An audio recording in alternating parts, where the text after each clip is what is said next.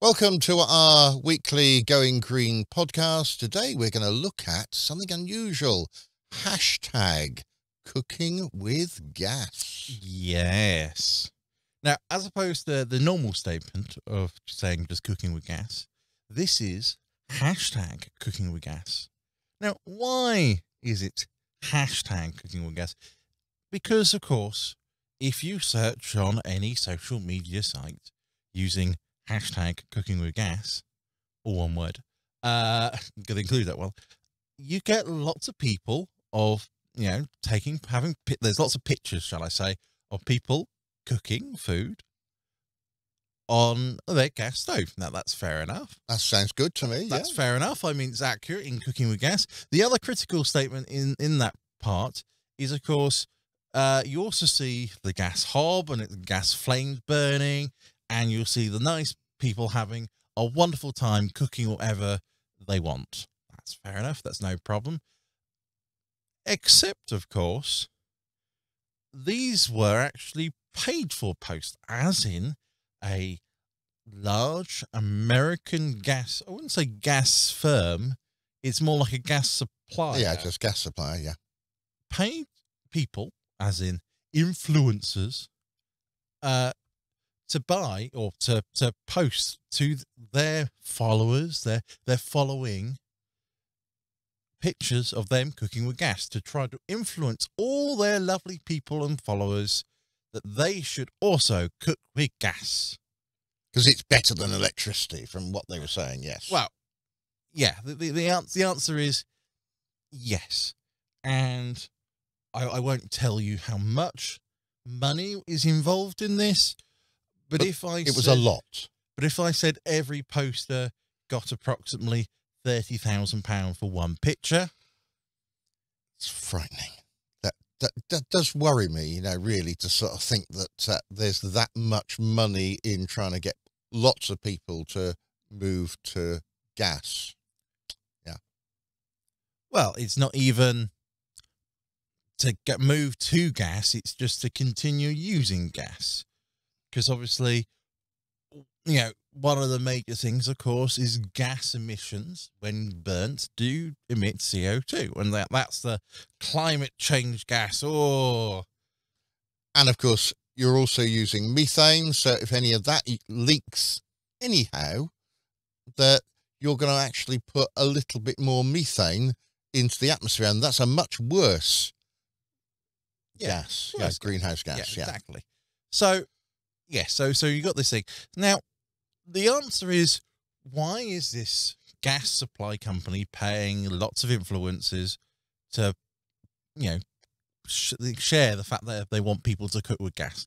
And the actual answer is because, of course, with all this clean energy or clean electricity, of course, people are thinking about doing the switch from gas to electricity. It's called electrification, right? Yep. That's fair enough. That's no problem. That's quite understandable. In theory, it is cheaper. So the gas company is basically going, we're going to lose customers. Therefore, we want people to go and gas. Now, a study, or at least this a PR firm did this when they're looking at me. I found out that people don't really care what their central heating or even their hot water is heated with, in the sense of they don't care whether it's gas or electricity. They just want hot water. So and they don't care how it's produced. They don't care how it's gone up, so there's no problem. But they do care in relation to their ovens / their hobs and how they're cooking with things and how they're done. Well, I think there is a difference between how you cook on electric and how you cook on gas. If I cook on gas, and because we've had a gas cooker for a long time, and my mum cooks on electric, and I know my mum will turn the cooker out and it will still keep heating. If I do that with mine, it doesn't.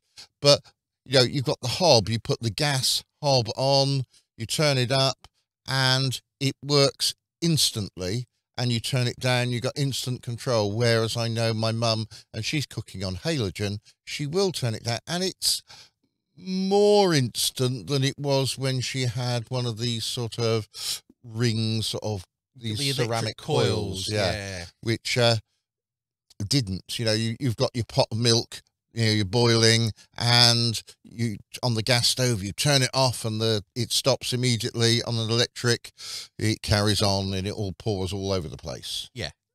So obviously, so you can see, yeah. However, and the argument, I say the gas industry, but the gas suppliers always used to use, initially they said that gas was cheaper, faster, and cleaner than electric to run, operate, and thing. Now, unfortunately, it's not cleaner. We know this because of how much emissions are being released. Yeah. And that's just not talking about all the emissions. That's just the CO2 emissions. So it's not cleaner. We'll talk about the others in a minute. Yeah, we'll go through that in a sec. And then you say, all right, is it cheaper? Now, gas was and sort of is at the minute cheaper to run on than electricity. And we calculated, and it's for every unit of gas, electricity is approximately 4 times higher. Because that's just how it goes. Yeah, that's a fair even. Well, you've got the system whereby a lot of electric is still, even in this country, about 50% is generated by heating, sort of burning gas. So you've got to buy your gas in, you've got to then sort of burn it, and then you've got to generate the electricity. So the electricity should, in theory, cost more than the gas. Yeah. So Yeah. And that's fair enough. However, with renewables coming on, these are solar panels, the wind turbines, all these sort of extra energy that's not from gas, that is just generated directly, instead of having the gas boil, it's just instant electricity. The electricity price as per unit of, well, I don't know what the unit is, but it's per unit, is actually falling to the point where it's now nearly, not necessarily equivalent, but it is nearly at the price of gas units, if that makes sense. Yeah, and we're also seeing problems in, especially Europe and some of Asia, with gas prices being hiked up because of countries sort of using more gas. Countries like China are using more gas, and Russia, a big supplier for the UK, and Europe, is sort of saying, well, look, we can get more money for this, and they're hiking the price up. And we've seen over the last few months quite a rapid rise in gas, and that's getting a lot more. And if it's getting a lot more and electricity's coming down, are we soon going to see perhaps a crossover? Oh, yes.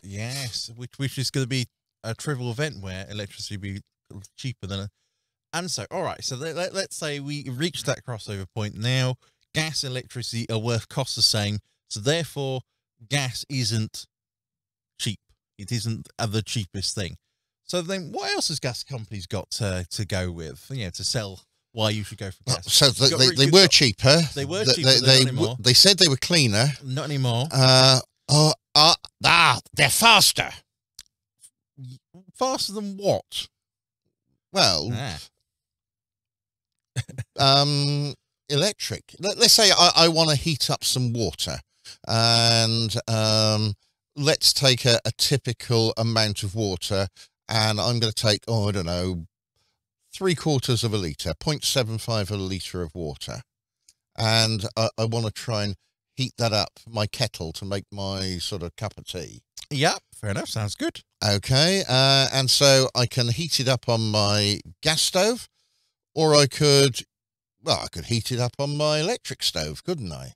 Now, we're going to make some clarifications. You're heating with gas stove, that's fine, and you're going to heat up on your old electricity coils stove first. So, I can tell you the time it takes for a gas stove to heat up to boiling 0.75 litres of water. Yep. Takes approximately 8 minutes and 3 seconds. Woo! Okay. Right? And the old electricity coils, they took approximately about 7 minutes. So the gas was very slightly slower. Yeah. Yeah. Now, we've moved, I say, away or a little bit further from those old coils to things like induction. Yep. Yeah, right? And can you tell me, or can you guess how long it takes for an induction hob? It's got to be faster, I'm sure. It takes for a little over 4 minutes to do the heat of that same amount of water. Okay. And so you could also do this with halogen or various other things, and they're all going to be about The answer the is same. Which one's the fastest out of all of those? induction is the fastest. Induction is the fastest. Absolutely. So halogen and various other ceramic or whatever, they're going to be slower. Yeah.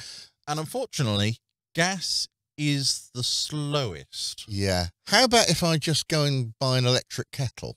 Now if you buy an electric kettle, the race is off, because a kettle, as an immersion heater, which is a very different type of electric coil, can heat a kettle in approximately the same amount of water, 0.75 litres, in under a minute. And I remember watching those adverts for a certain company, which I mustn't name because there are lots of companies that do the same, and they did a beat the clock. Could they actually sort of heat that amount of water? They never specified how much water in 1 minute. Yeah, I know. And so it's seeing that. But have you watched your electricity bill when you do that? I've got one of these nice little smart meters, and when I watch my little smart meter and I put the kettle on, it hits the red normally. Yeah, well, unfortunately, that's the problem with doing this, is the fact that, yes, gas, you don't see this meter, but electricity, you can actually monitor and see how much electricity you use. But let's look at that some another way. If I want to heat up some water, and it doesn't matter whether I heat it quickly or slowly, in theory, it's going to take about the same amount of energy to heat it up. Correct. So if I heat it up on my electric stove or on my gas stove, in theory, I've used as much energy to heat my same amount of water up by that same temperature. Yep. And if I've done it on electric, then it should cost me the same. Although I went into the red, it said, oh, you're using an awful lot of electricity at this moment. If I'd done it on the cooker, it would have used less electricity, but over a longer time. So possibly the same amount of electricity. This is where you think, warning about kettles heating them. Yeah, it's not true, because we, or at least here in the UK, we don't do total electricity used. We do how much electricity is used per hour, or per kilowatt hour. Kilowatt hours, yes. So it's in relation to efficiency versus time, which is why, although kettles use a lot of electricity instantly, it doesn't actually cost that much, because it's actually more efficient to heat it up in the kettle than it is on the pan, because unfortunately that's what kettles will do. Because you're going to lose less heat over that time, isn't it? If you're heating up over a long period of time, you're actually radiating more heat out round your house rather than heating it up quickly. Yeah. And if you've got a plastic kettle, it's going to insulate more than if you've got, well, you can't put a plastic kettle on a stove. You've got to have a metal one, which is going to, bring the heat in, but it's also going to radiate the heat out. Yeah. So you have all these arguments. So we've now said that gas is not cleaner, gas is not faster, and gas is not cheaper. So what's the point of cooking with gas then? Because it's an old technology. We should be pushing to the electrification of the grid and of the society, and banish the gas to the soil where it came from. Well, it sounds good. I know. I've been looking at my cost of gas. I'm just having to renew my sort of gas contracts and sort of shopping around. It's all going to be more expensive because the cost of gas is rising. But also, we're seeing then the cost of electricity also going to rise, because if you're if you're heating gas to make electricity, Yeah. burning gas, yeah, then basically the cost of your electricity is going to rise. You say that, though. There's a small problem with that. Yeah. And it's a very minor issue. How much do you pay for gas here as in the residential area? How much? Let's just say you pay 2 units worth, cost wise. Yeah. We're not going to do it in pounds. We're not going to do it in pounds because it makes no sense. If you were a residential, residential, you were a commercial unit, how much do you have, the pay to heat your gas price in the same unit? How much do you reckon? Well, as a commercial block, as a commercial. Well, it depends unit. whether, I'm trying to make more money. So would it be more expensive? No. Well, it's going to be cheaper. It's going to be cheaper. And it's actually, so if a residential block is 2 units, commercial block is actually 1.5 units. So that it's cheaper, but it is cheaper. Yeah. You've got your bigger lots. That's why it's cheaper. So there we go. Okay. That's Fred. How much does a power plant buy its gas cost? I'm guessing now it's going to have to be cheaper still. So I'm going to go for 1.25. Nope. 0.5 of a unit. Gosh. So essentially, it's a quarter of the price. And the reason they do this is just purely how much gas they buy. 1/8 of the price. If it was 2. It was 2. And 0.5. Oh, okay. No, quarter. You're right. You're quarter. Yes, you were right. I couldn't do the maths. Yeah.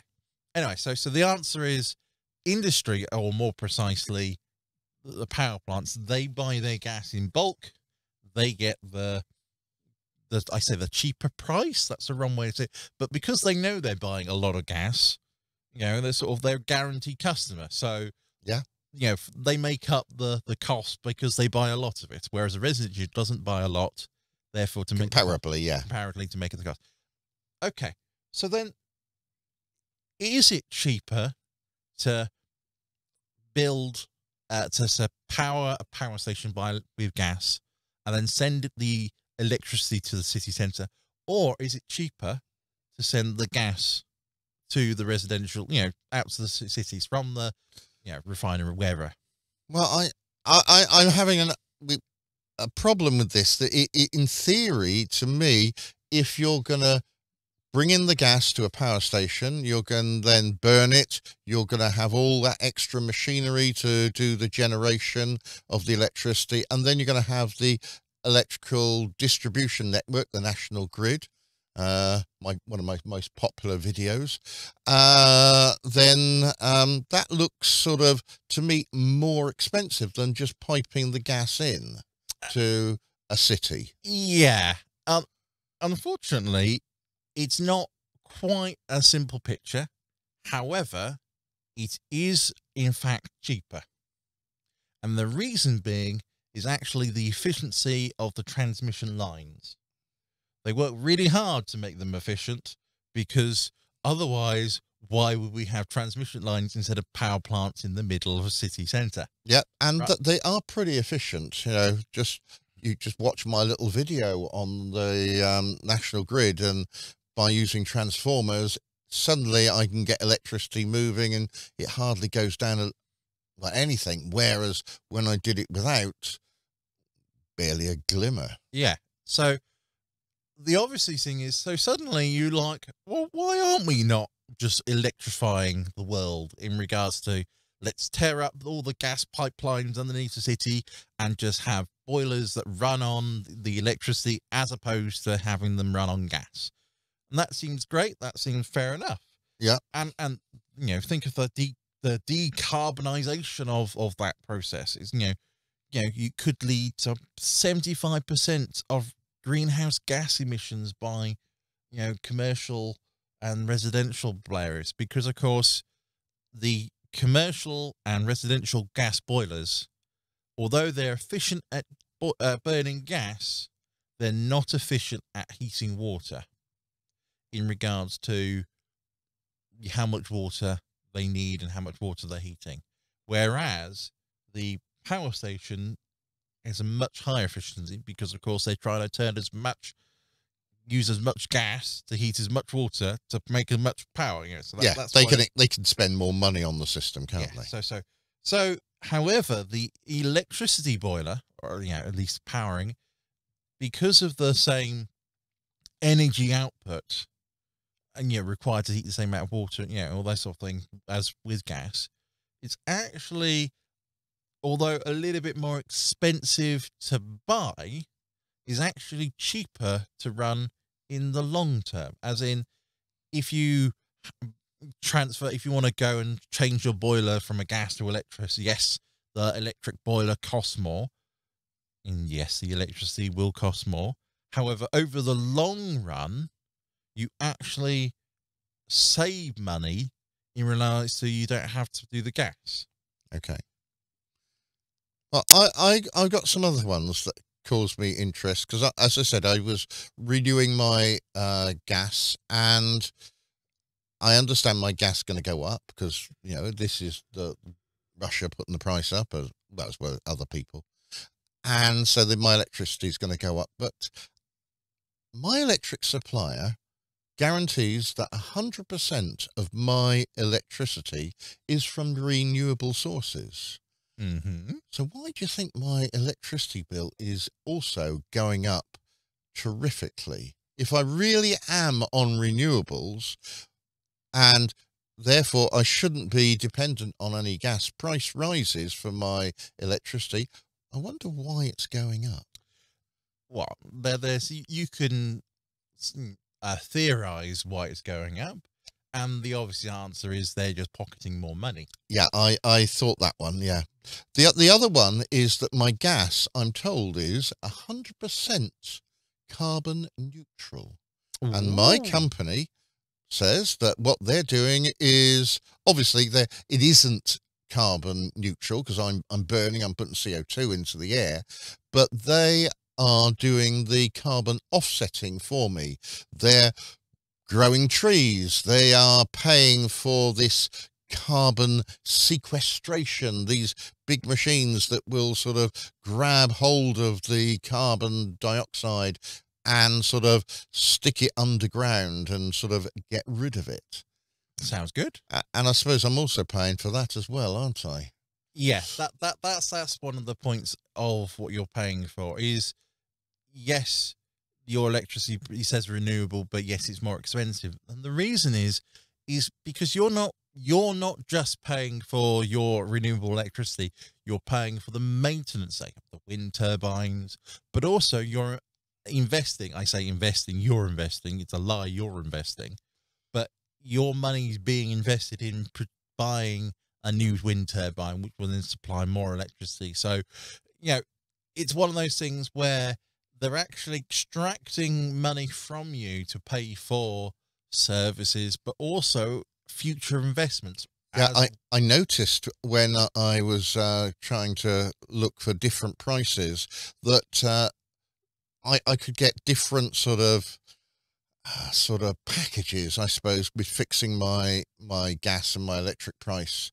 And one of those was that it was going to cost me so much more, and another one was going to cost me an awful lot more, but they were then going to donate some extra money to sort of green bits and pieces, and they were trying to appeal to me that I needed to sort of go down that route because that would be sort of benefiting the planet. I'll be honest with you, I looked at my gas bill, and my gas bill's not much during the summer, like most people, and in the winter it goes up. And not giving any secrets away, my gas bill was £440. Right. And yeah. If I want to carry on, what I can do is I can just go on a standard rate, and basically as the cost of gas goes up, I pay more and more and more. Yeah. Now that means that now I'm paying less, and in the future I will pay more. But by fixing my gas price, what I can do is take a gamble. And I can gamble how much I think the gas price is going to go up. I can't actually, because that's what the company tell me how much it's going to go up. And I can therefore pay a lot more now and So I'll be paying over the odds now for a year or so, but the year after, the gas prices might, and we emphasize the word here, might go up more, and therefore I will be paying less for my gas. Well, yeah. Yeah, and I'm taking this gamble now on where I sort of put this, and I can't take the gamble. I have to go with what the company's doing, and I have to reckon that that company's still reckoning it on if I am not I'm paying less for my gas in the future. I've still paid more earlier on, so they're still making a significant profit on me. Yeah. And the one that really grates in some respects with me is there's this thing called a standing charge. And my standing charge is about 26p a day, whether I use it or not. And that's just, I know, paying for the infrastructure. And it's the same with electric. And if I can take myself off the grid by solar panels and wind turbines and everything else, you generally still have to be connected to the grid. Well, you still pay this very large standing charge. Yeah, well, this is one of the things where the gas companies, as a company, they want to make money and they incentivize in trying to make money. And so they've done through lobbying of the government and legislature in ways to actually make sure that they get their money. That's bad. I say that's bad economics. Unfortunately, it's good business. Yeah. So you can't get rid of it. It was found out in America that lots of laws trying to get rid of new gas, systems from new developments, and they were introducing this law. But turns out 3 weeks earlier, the legislature, the body, had actually passed a law saying that they couldn't do that because, of course, lots of things they had to have them in case of emergencies. It was all these exemptions and things. Yeah. And so they tried to pass this law, and as soon as they were about to put it into their lovely book of statutes, they found that actually putting this in would break the original statutes, which they hadn't actually worked out for. And that was put in by a gas company, or at least a person who was lobbied by the gas company. And it's very similar here in the UK. The interest is, you just talk about sort of all the North Sea oil. There's very much lots of interest. But of course, you've got to remember, unfortunately, these are companies, they do want their money. They do, yeah. You see, I suppose the logic says electricity is better. With gas, we've got carbon dioxide emissions. If it goes wrong a little bit, I suppose we've also got carbon monoxide emissions, and we know that they kill.